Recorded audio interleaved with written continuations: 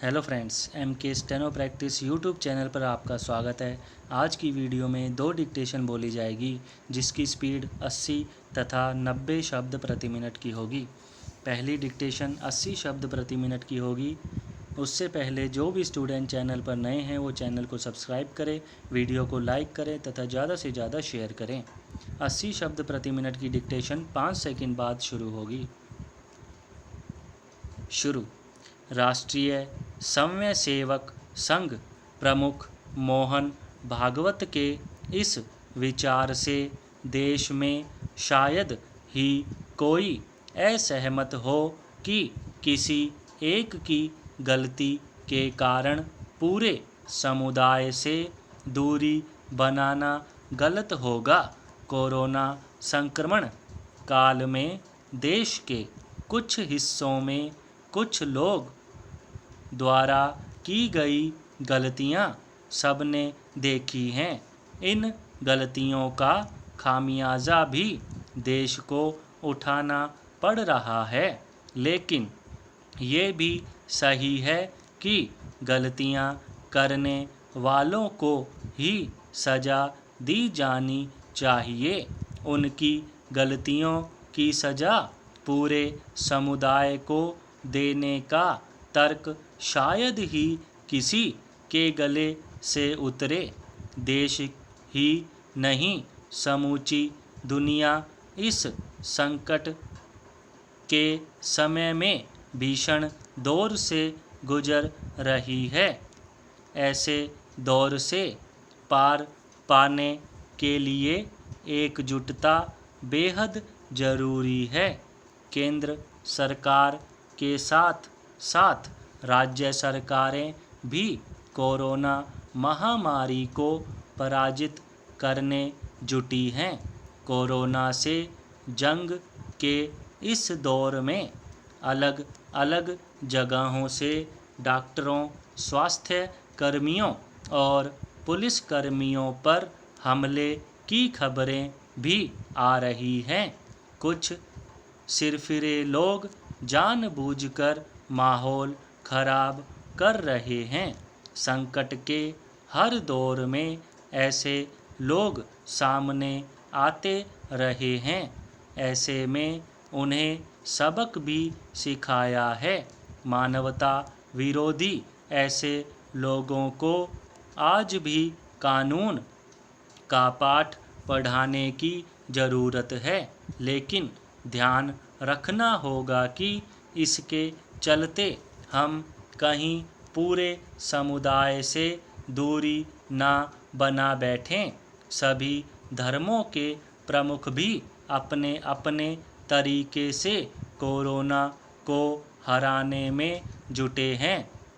बात चाहे social distancing की हो या ज़रूरतमंदों को मदद पहुंचाने की, समाज का हर वर्ग आगे आ रहा है।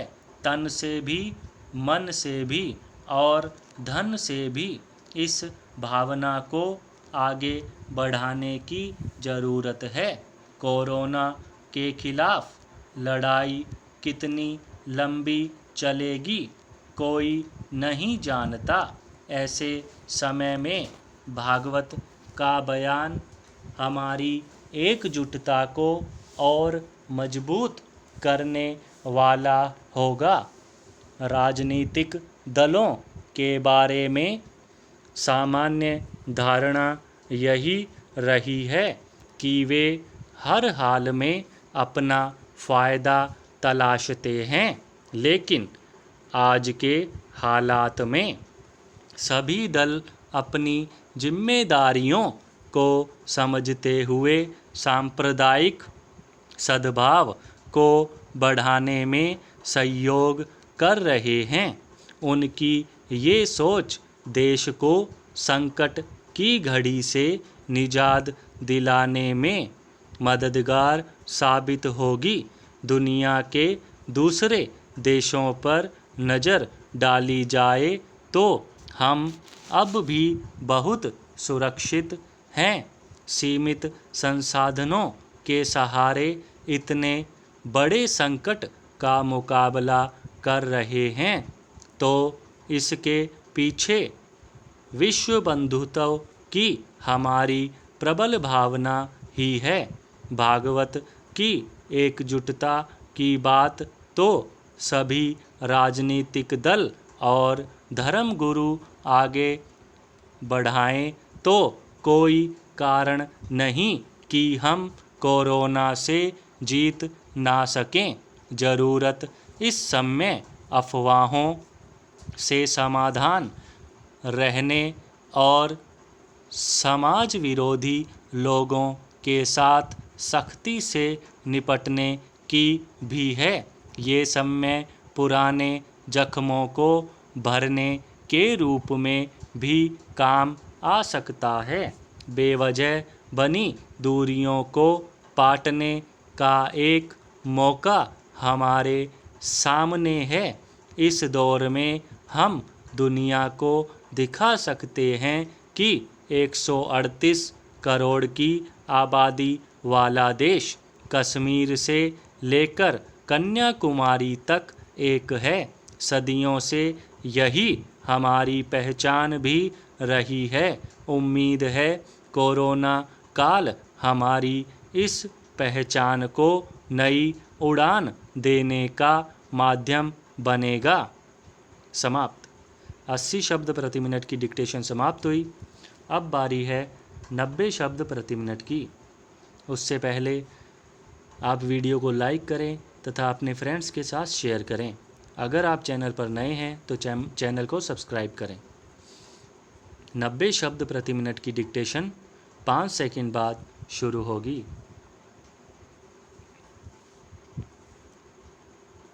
शुरू।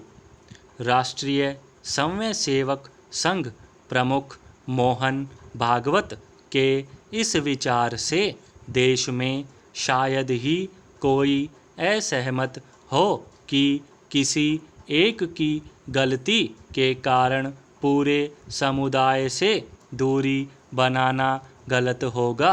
कोरोना संक्रमण काल में देश के कुछ हिस्सों में कुछ लोगों द्वारा की गई गलतियां सबने देखी हैं। इन गलतियों का खामियाजा भी देश को उठाना पड़ रहा है, लेकिन ये भी सही है कि गलतियां करने वालों को ही सज़ा दी जानी चाहिए। उनकी गलतियों की सज़ा पूरे समुदाय को देने का तर्क शायद ही किसी के गले से उतरे। देश ही नहीं, समूची दुनिया इस संकट समय के भीषण दौर से गुजर रही है। ऐसे दौर से पार पाने के लिए एकजुटता बेहद ज़रूरी है। केंद्र सरकार के साथ साथ राज्य सरकारें भी कोरोना महामारी को पराजित करने जुटी हैं। कोरोना से जंग के इस दौर में अलग अलग जगहों से डॉक्टरों, स्वास्थ्यकर्मियों और पुलिसकर्मियों पर हमले की खबरें भी आ रही है। कुछ सिरफिरे लोग जानबूझकर माहौल खराब कर रहे हैं। संकट के हर दौर में ऐसे लोग सामने आते रहे हैं। देश ने उन्हें सबक भी सिखाया है। मानव विरोधी ऐसे लोगों को आज भी कानून का पाठ पढ़ाने की ज़रूरत है, लेकिन ध्यान रखना होगा कि इसके चलते हम कहीं पूरे समुदाय से दूरी ना बना बैठें। सभी धर्मों के प्रमुख भी अपने अपने तरीके से कोरोना को हराने में जुटे हैं।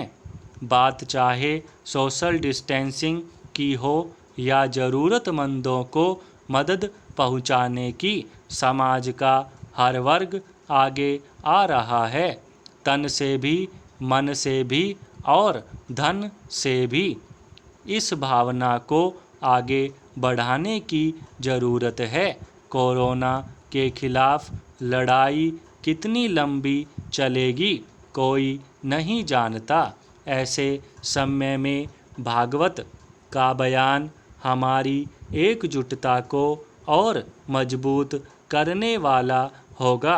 राजनीतिक दलों के बारे में सामान्य धारणा यही रही है कि वे हर हाल में अपना फ़ायदा तलाशते हैं, लेकिन आज के हालात में सभी दल अपनी जिम्मेदारियों को समझते हुए सांप्रदायिक सद्भाव को बढ़ाने में सहयोग कर रहे हैं।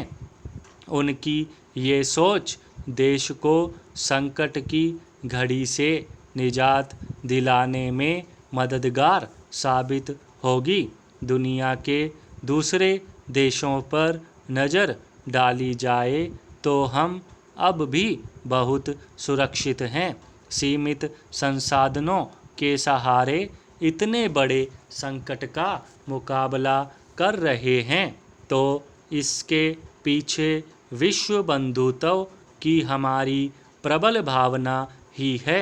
भागवत की एकजुटता की बात को सभी राजनीतिक दल और धर्मगुरु आगे बढ़ाएं तो कोई कारण नहीं कि हम कोरोना से जीत ना सकें।